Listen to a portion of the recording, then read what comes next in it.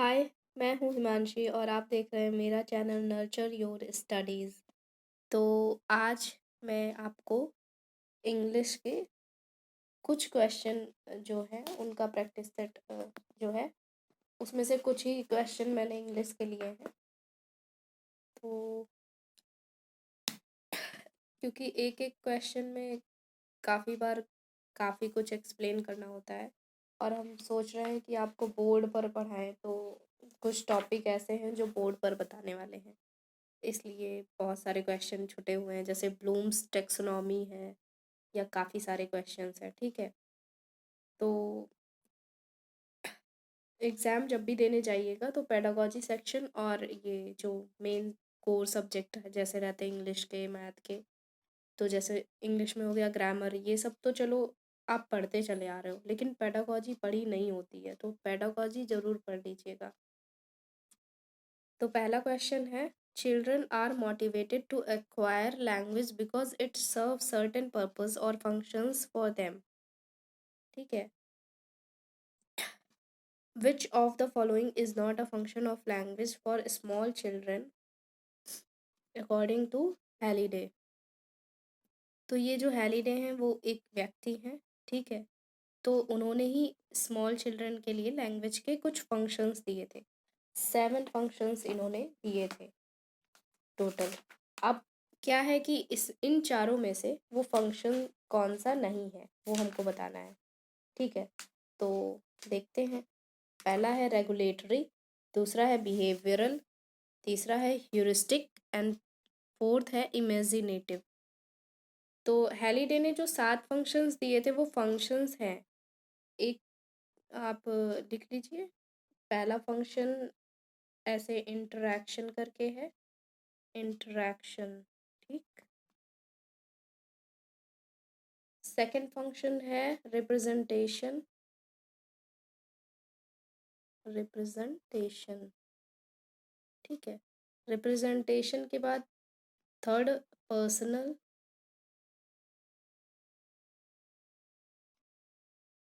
Fourth है instrumental, instrumental,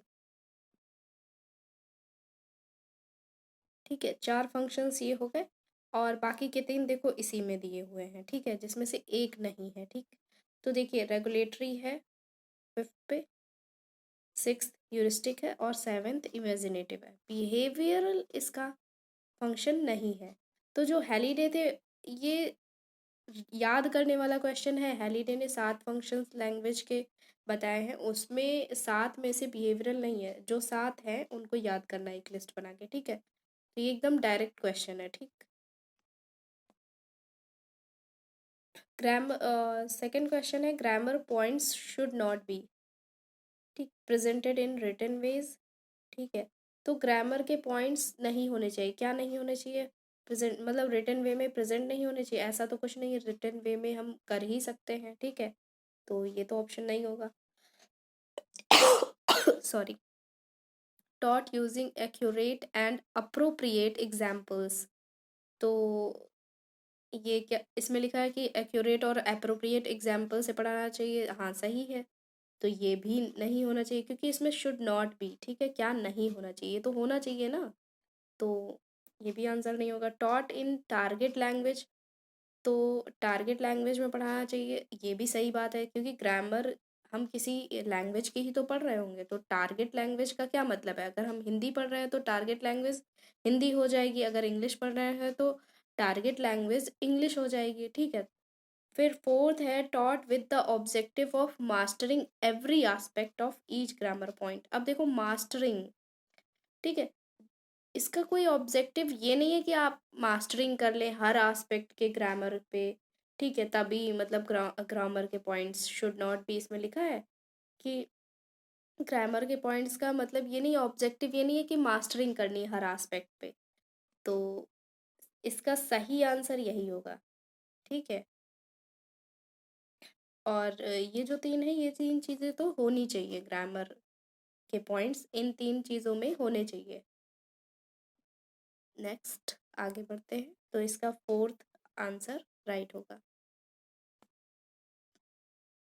A language teacher asks class third students to write a speech on the rising problems of pollution.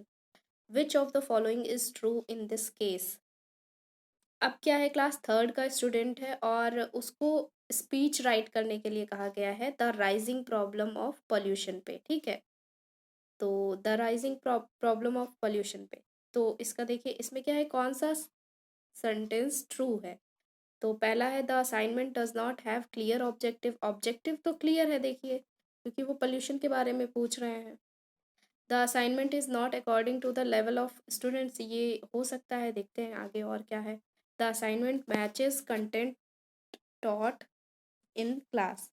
तो जो assignment है वो class के content से match करता है, तो अभी बताएंगे इसको आगे। फिर और राइटिंग स्किल्स तो इतना मेन फोकस नहीं रहेगा फिर, तो ये वाला तो नहीं ही है, ठीक है। तो इसमें क्या है, सही आंसर क्या है?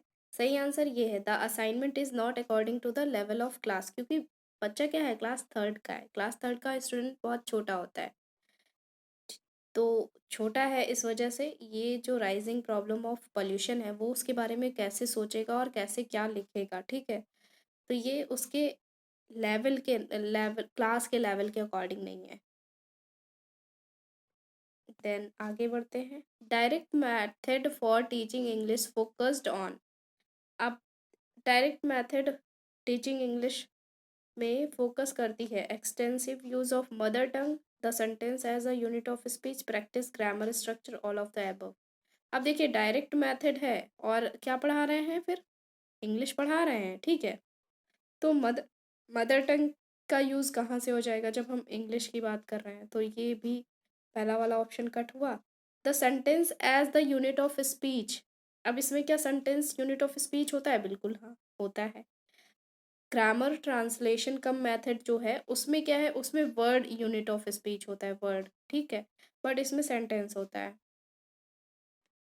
और प्रैक्टिस ग्रामर स्ट्रक्चर्स, तो ये जो डायरेक्ट मेथड है ये ग्रामर के रूल्स को बेसिकली फॉलो ज़्यादा नहीं करता है, इसमें इतना ध्यान नहीं दिया जाता, तो ये वाला ऑप्शन भी गलत है कि प्रैक्टिस करता है ग्रामर के स्ट्रक्चर को। तो इसमें सही जवाब ये है the sentence as the unit of speech. अगला क्वेश्चन है, a teacher asks students to make sentences from new words learned in in every lesson this activity. अब क्या है, बच्चे को बता रहा है टीचर कि कोई भी नया वर्ड मिले आपको किसी भी लेसन में, यानी प्रत्येक लेसन में, तो आप क्या करें, उसको याद करें। तो ये एक्टिविटी बच्चे को हेल्प किस चीज़ में कर रही है? Help students to learn the meaning of words in context. अब क्या है, वो मीनिंग समझने में मदद कर रहा है बच्चे की, हाँ हो सकता है ऐसा। सेकंड क्या है, इज़ अ वर्ड गेम। नहीं, ये कोई यहाँ पे कोई गेम वाली तो बात हुई नहीं है। Is not suitable for primary students, तो ये प्राइमरी स्टूडेंट के लिए सूटेबल नहीं है, ऐसी भी बात नहीं है, क्योंकि बच्चों को हम क्या है, नए नए वर्ड्स को सिखाते हैं, जैसे डॉग है, कैट है, मतलब हम लोग सेंटेंस के मीनिंग सिखाते हैं छोटे छोटे वर्ड्स के फॉर्म में। तो वहाँ नए नए अगर किसी को नहीं वर्ड पता होता है तो हम उनको उनकी वोकेबलरी बढ़ाते हैं, ठीक है, लेकिन ईजी वर्ड्स में, ठीक है, क्योंकि प्राइमरी क्लास का स्टूडेंट है तो हम टफ वर्ड उनको नहीं प्रोवाइड करते। फिर is a sheer waste of time, ये वेस्ट ऑफ टाइम है बच्चों को नए नए वर्ड सिखाना, तो ऐसा भी नहीं है। तो इसका सही जवाब जो है वो है फर्स्ट। और अगला क्वेश्चन है, language inputs like teacher talks, listening activities and reading passage should be.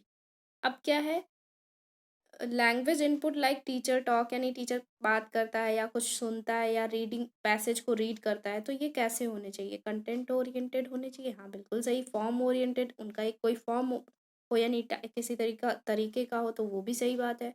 Either content और फॉर्म ओरिएंटेड, सही बात है। नीदर कंटेंट, ये तो चलो ये गलत है, ठीक है। तो ईदर कंटेंट और फॉर्म ओरिएंटेड, ठीक है, या तो कंटेंट ओरिएंटेड हो जाए या फॉर्म ओरिएंटेड हो जाए, ठीक है। और इसका सही जवाब क्या है, थर्ड है, ठीक।